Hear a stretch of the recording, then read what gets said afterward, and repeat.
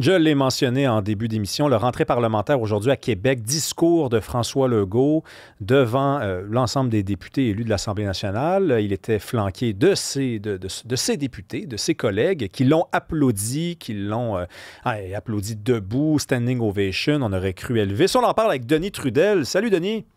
Salut Rémi, comment ça va? Ça va très bien, merci. Puis, écoute, moi, je regardais ce discours-là, puis je me disais, waouh, tout le monde est heureux d'être là, ça va bien à la CAQ, on l'applaudit, on crie. François Legault avait des intonations même. En tout cas, on ne peut pas lui enlever son courage, parce que devant le réel qui est difficile, il avait l'air d'être d'un enthousiasme fou. Ben écoute, moi, écoutez, c'est un peu c'est un peu un discours baguette magique. Il se prenait pour Luc Langevin, tu sais. Il a abordé tous les grands thèmes du moment, tu sais, le coût de la vie. Puis là, il dit, OK, oui, l'inflation augmente, puis c'est pas facile, puis on est conscient que les gens en arrachent et tout. Puis là, il s'est retourné vers son ministre des Finances. Là, le ministre des Finances va nous faire apparaître un projet de loi qui va régler cette question-là. Ensuite, il a parlé de l'obésité de la fonction publique dont on parle, tu sais, il faut couper des fonctionnaires, puis déjà, là, le ministère de l'Environnement en a annoncé la semaine passée, mais mais tu sais, moi, ça fait 10 ans que la CAQ parle de ça, ça fait 10 ans que François Legault parle de couper dans la fonction publique québécoise, même avant qu'il soit au pouvoir. Là-dessus, il a été 8 ans au pouvoir, puis là, à 1 an d'une prochaine élection, il nous parle de couper dans la fonction publique.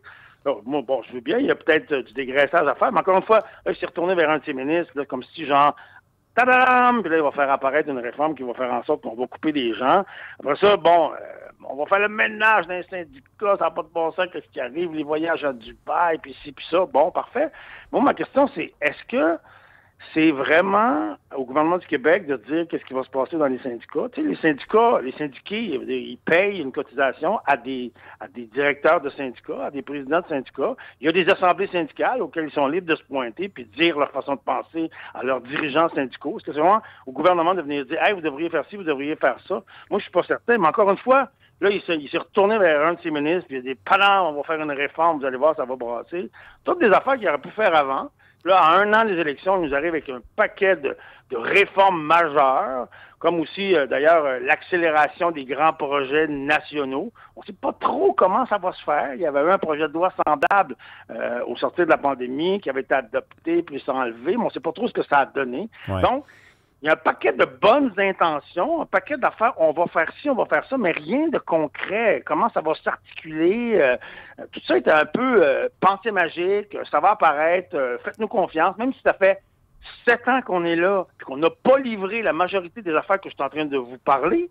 Ben là, faites-nous confiance que dans les prochains mois, ça va arriver. Oui, mais Denis, en même temps, qu'est-ce qu'il pouvait faire d'autre que ça? Je veux dire, lui, il est encore en poste, c'est son gouvernement, il reste 1 an, il va quand même pas lancer la serviette, il va pas faire un discours déprimant où il dit on n'essaiera plus grand-chose. Puis, concernant les idées que tu aurais voulu retrouver dans son discours, il peut pas annoncer ses couleurs d'une façon aussi flamboyante. Il faut qu'il garde un peu de mystère, ne serait-ce que pour bien négocier ensuite à l'Assemblée nationale. Ben, du mystère, Rémi, je te trouve, qu'est-ce que tu veux dire du mystère? Je veux dire, tu sais, dans le fond, il n'y a pas tant de temps que ça, tu sais, articuler un projet de loi, le déposer, le faire adopter, ça prend quand même quelques semaines, voire quelques mois.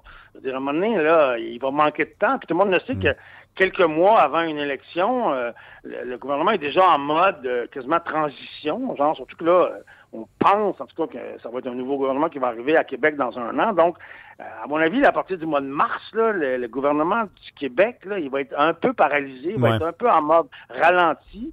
Et donc, ce sera plus le temps de faire des réformes. Donc là, il reste quoi? Il reste jusqu'à Noël pour articuler des réformes qui sont quand même assez importantes quand tu regardes ça. Puis il a parlé aussi de la culture qui était menacée, puis comment faire face. Les jeunes n'écoutent plus nos séries. Hey, c'est une grosse affaire, faire face aux GAFAM. Là. Moi, je suis tout à fait d'accord avec ça. Mais comment ça va s'articuler? T'sais, on n'a pas tous les pouvoirs, d'ailleurs, pour faire face à ça. Ben là, lui, il veut pas tous les pouvoirs. Là.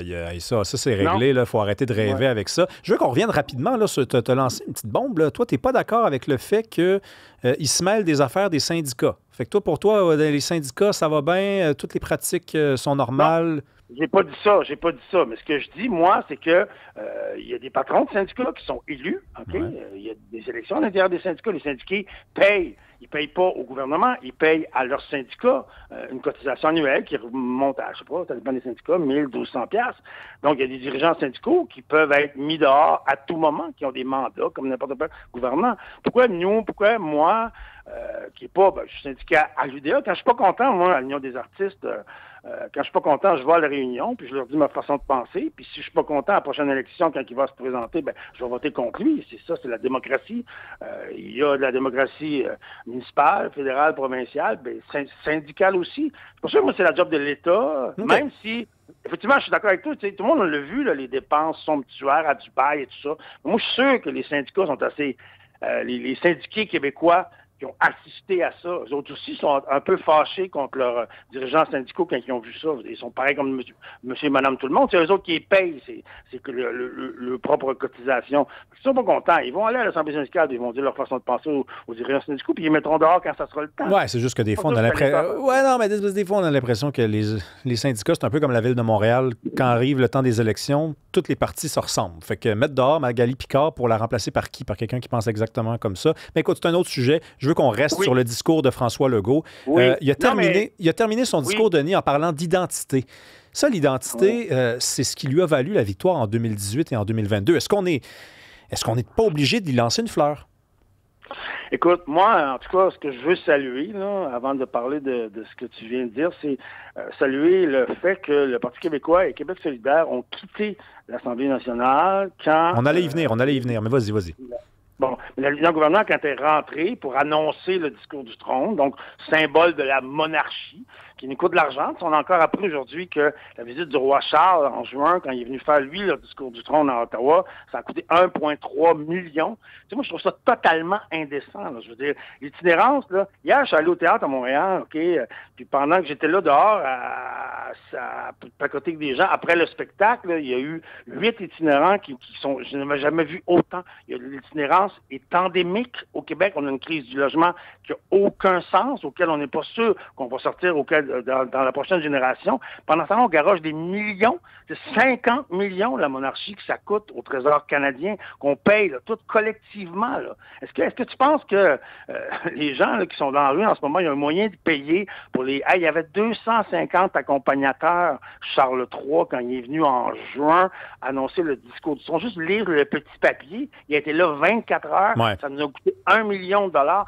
Tout ça est tout à fait indécent. Donc, moi, je veux saluer le PQ, PQS qui ont quitté pendant que le gouverneur faisait son discours. Il y en a qui ont discuté de l'enfantillage. Moi, je trouve que les symboles, c'est important. Puis, ils ont fait un geste, juste dire, non, la monarchie, on a aboli le serment du roi à Québec. On a déjà aboli le serment du roi. On fait tranquillement tomber des symboles de la monarchie. Moi, j'étais très content de voir qu'il avait quitté avant que Legault fasse son discours du trône. Oui. Pour le reste, l'identité, écoute, c'est sûr que ça va être l'enjeu de la prochaine année. On le voit, il a parlé d'islamisme radical, il a parlé de laïcité. Je pense que PQ et la CAQ, dans la prochaine année, vont affronter des enjeux qui sont réels. Moi, je suis pas d'accord de dire que c'est des enjeux qui n'existent pas. C'est des enjeux qui existent, auxquels il faut faire face pour ce qu'ils sont. Et nous, on s'est débarrassé de la religion au Québec il y a 50 ans. Là, on arrive dans une période où il y a comme comment je dirais ça, il y a comme un clash, il y a comme un affrontement au Québec par rapport à des gens qui pratiquent des religions de façon un petit peu intense. Il l'a nommé, hein, François Legault l'a dit très clairement. Il a dit, je veux juste le préciser là, pour les gens qui n'ont pas écouté le discours, il a dit il faut parler d'immigration. Et là, évidemment, on sait, il y a une semaine, il y a eu toute une controverse entourant les propos de Kim Thuy. Donc là, il était un peu obligé de dire, sans faire référence clairement à la controverse, qu'il ne parle pas des immigrants, il parle de l'immigration. Et là, cette phrase-là, on l'entendait souvent, et il a ajouté quelque chose. Il a dit, je ne parle pas de n'importe quel problème avec n'importe quelle immigration, je parle de l'islamisme. Ça, c'est quand même assez courageux de sa part d'aller là, de nommer les choses. Oui, mais encore une fois, oui, mais OK, mais il va faire quoi après ça? Encore une fois, c'est encore une baguette magique. C'est beau de nommer les choses dans un discours du trône. Maintenant, quels actes on fait pour interdire ça. Il y a les fameux, mais ça c'est au fédéral qu'on pourrait régler ça, les fameux discours haineux qui sont permis quand c'est sous couvert de la religion, mais ça c'est à Ottawa à régler ça. En tout cas, tant qu'on ne sera pas indépendant, c'est Ottawa qui peut le régler, c'est dans le code criminel. Ouais. Maintenant, lui, qu'est-ce qu'il peut faire concrètement? On ne sait pas qu'est-ce qu'il peut faire. C'est bien beau de le nommer, tu sais. Moi, tu sais, je suis d'accord avec ça, tu sais, aussi On ne doit pas voir ça de la même façon, Denis, toi puis moi, un discours de début de session comme ça. Moi, dans ma tête, c'est tu lances les grandes lignes, mais tu donnes pas toutes tes cartes. Tu as des adversaires qui t'attendent au détour. Toi, on dirait que tu es déçu qu'il n'y ait pas tout identifié. C'est parce qu'on est à 1 an des élections, Rémi, tu sais. On est à 1 an des élections. Je veux dire, s'il ne nous dit pas maintenant ce qu'il va faire, quand est-ce qu'il va le faire? Je veux dire, là, il est plus que temps, il est minuit moins 1. Les projections lui donnent 0 député dans 1 an. Il faut que monsieur commence à agir maintenant, tu sais. Puis, tu sais, là, on est là, nous, on placote, tu sais, mais je me rappelle qu'on a fait beaucoup de cas sur le remaniement ministériel il y a 2 semaines. Il n'y a plus personne qui parle de ça. Là, on a fait beaucoup de cas du discours du trône. Je suis à peu près certain que dans une semaine, plus personne ne va parler de ça. Tu sais, nous, on est là-dedans tous les jours, mais qui au Québec a écouté le discours du trône de François Legault, à part les commentateurs politiques? Ah, ben c'est sûr. Tout le monde, c'est sûr. C'est sûr, Denis, que c'est moins bon que Stat. Ça, c'est sûr que c'est très, très moins bon que Stat. Écoute, c'est tout le temps qu'on a. Merci beaucoup, Denis. J'aime ça te parler parce que tu as de l'expérience. Toi, tu as été à l'intérieur de l'enceinte. Fait que moi, je suis un théoricien, je suis renseigné, mais j'ai moins d'informations que toi. Après la pause, on parle avec Natasha Rankin. C'est une femme autochtone. Elle va nous expliquer c'est quoi ça pour elle, la journée Vérité et Réconciliation. Puis on parle de hockey également avec Nicolas Cloutier. Merci d'écouter le 99.5 Montréal.